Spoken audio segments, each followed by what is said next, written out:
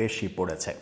যে গানগুলোর একাংশ আপনারা শুনলেন, সেরকম গানে গানে একেবারে সয়লাভ হয়েছে ঢাকা বিশ্ববিদ্যালয়ে। আজকে দিনের বেলা থেকে রাত পর্যন্ত যে দৃশ্যগুলো দেখা গেছে, সেই দৃশ্যগুলো বলে দেয় বিএনপি জোটের বিজয়, এটাকে স্বাধীনতার পক্ষে একটা বিজয়, এবং এটা স্বাধীনতা বিরোধী রাজাকারদের বিরুদ্ধে জনগণের রায় এভাবেই প্রতিষ্ঠিত করা হচ্ছে।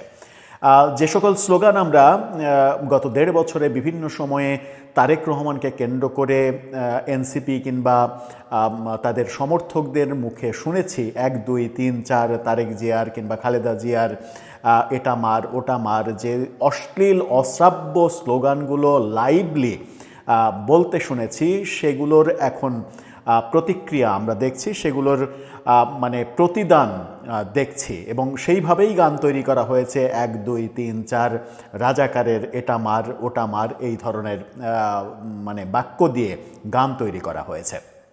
যে গানগুলো নিয়ে আমরা দেখছি যে রাতের বেলাতেও টিএসসিতে একেবারে রীতিমতো মানে আনন্দ উৎসব করা হচ্ছে। ঢাকা বিশ্ববিদ্যালয়ে দিনের বেলায় পিকআপে করে সাউন্ড বক্স বাজিয়ে মিছিল করা হয়েছে। এই ব্যাপারগুলো আমরা দেখেছি। সব মিলিয়ে ঢাকা বিশ্ববিদ্যালয়ের খবরগুলো একটা চাঞ্চল্যের সৃষ্টি করেছে। বিভিন্ন সূত্র বলছে ঢাকা বিশ্ববিদ্যালয়ের হল থেকে এনসিপি এবং শিবিরের চিহ্নিত নেতাকর্মীরা হল ছেড়ে দিচ্ছেন, হল ছাড়তে বাধ্য হচ্ছেন, এরকম পরিস্থিতি তৈরি হচ্ছে, যেগুলো এখন পর্যন্ত গণমাধ্যমে সেইভাবে সমর্থিত কোনো সূত্র দিয়ে খবর হয়নি। তবে ঢাকা বিশ্ববিদ্যালয়ের রাজাকার বিরোধী যে অভিযানটা শুরু হয়েছে, সেটা নিয়ে গণমাধ্যমে অলরেডি খবর হয়েছে। চলুন ঢাকা বিশ্ববিদ্যালয় থেকে একটু ঘুরে আসি কি হচ্ছে এই পরাজয়ের মাধ্যমে। এর আগে আমরা ডাকসুতে শিবিরের যে ভূমিধস বিজয় দেখেছিলাম, সেই চিত্র কি পাল্টে যাবে? ঢাকা বিশ্ববিদ্যালয়ের উপর থেকে কি শিবিরের কর্তৃত্ব হারিয়ে যাবে? আলোচনা করে বোঝার চেষ্টা করবো এই ভিডিওতে। থাকবেন পলিটিক্স টিভির নিয়মিত। বিশ্ববিদ্যালয়ের বিভিন্ন জায়গায়, টিএসসি লাইব্রেরি সহ বিভিন্ন জায়গায় যে গান বাজনা, রাজাকারদের নিয়ে যে গান তৈরি করা, উল্লাস উল্লম্ফন, এই ব্যাপারগুলো দেখছি। সাধারণ ছাত্রছাত্রীরা এবং ছাত্রদলের নেতাকর্মীরা, মানে পরিচিত কোনো ফেস সামনে আসছেন না, ছাত্রদলের কর্মীরা এই উৎসব আয়োজন করছে, যেগুলো আসলে দলের কেন্দ্র থেকে নিষেধ করেও থামানো সম্ভব না বলে মনে হচ্ছে। এক ধরনের জোয়ার তৈরি হয়েছে। ভোটে নিরঙ্কুশ সংখ্যাগরিষ্ঠতা পাওয়ার পরে এই জোয়ারটা তৈরি হয়েছে। এই জোয়ার বলে দিচ্ছে যে ঢাকা বিশ্ববিদ্যালয় এনসিপির এবং এনসিপি ঘনিষ্ঠ বিশেষ করে নেতারা যারা রয়েছেন, যারা ঢাকা বিশ্ববিদ্যালয়ে গত কিছুদিন ধরে এক ধরনের অরাজক পরিস্থিতি তৈরি করেছে, বিভিন্ন জায়গায় মব তৈরি করার চেষ্টা করেছে, বিভিন্ন জায়গায় পুলিশিং করার চেষ্টা করেছে, কিশোরদের কান ধরে উঠবস করানোর চেষ্টা করেছে, তাদের বোধহয় একটু বিপদই হয়ে গেল এই বিএনপির নিরঙ্কুশ বিজয়। এই মিছিলটা আপনারা দেখেন, যেটা ঢাকা বিশ্ববিদ্যালয়ে মাইক বাজিয়ে মিছিল করা হয়েছে, এবং সেখানে স্বাধীনতা বিরোধীদের বিরুদ্ধে স্লোগান দেওয়া হয়েছে, এবং সরাসরি জামাত শিবিরের নাম নিয়ে স্লোগান দেওয়া হয়েছে। একটু দেখে আসুন।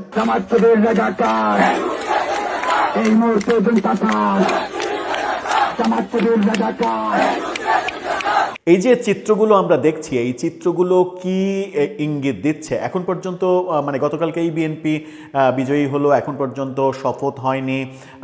ধারণা করা হচ্ছে যে একদিন পরেই 15 তারিখে হয়তো সরকার শপথ নিতে পারে, তারপরে ইন্টারিম গভর্নমেন্টের সময় শেষ হয়ে যাবে।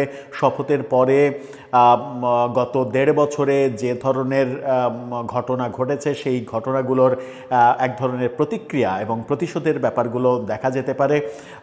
যখন অনুমান করা হচ্ছে, তখন নির্বাচনের বিজয়ের দিন, পরের দিনই, বিজয় তো আজকে ঘোষণা হলো আনুষ্ঠানিকভাবে, সেই সময়ই দেখা গেল যে রাস্তায় নেমে পড়েছেন বিশেষ করে প্রাচ্যের অক্সফোর্ড খ্যাত ঢাকা বিশ্ববিদ্যালয়, এবং ঢাকা বিশ্ববিদ্যালয়ের এই খবরগুলো সারা দেশে ছড়িয়ে পড়ছে। এছাড়াও সারা দেশে অনেক ঘটনা ঘটছে, কিন্তু স্পেসিফিকলি ঢাকা বিশ্ববিদ্যালয় সম্পর্কে আমরা দেখছি বিডি নিউজ 24 একটা চমৎকার তো বলা যায় না, একটা ডিটেল নিউজ করেছে। তারা বলছে, তাদের শিরোনামটা দেখে নিন, তারা বলছে ক্যাম্পাসে ঘুরলো পিকআপ, বাজলো গান, রাজাকার আলবদর কিছুই রবে না রে।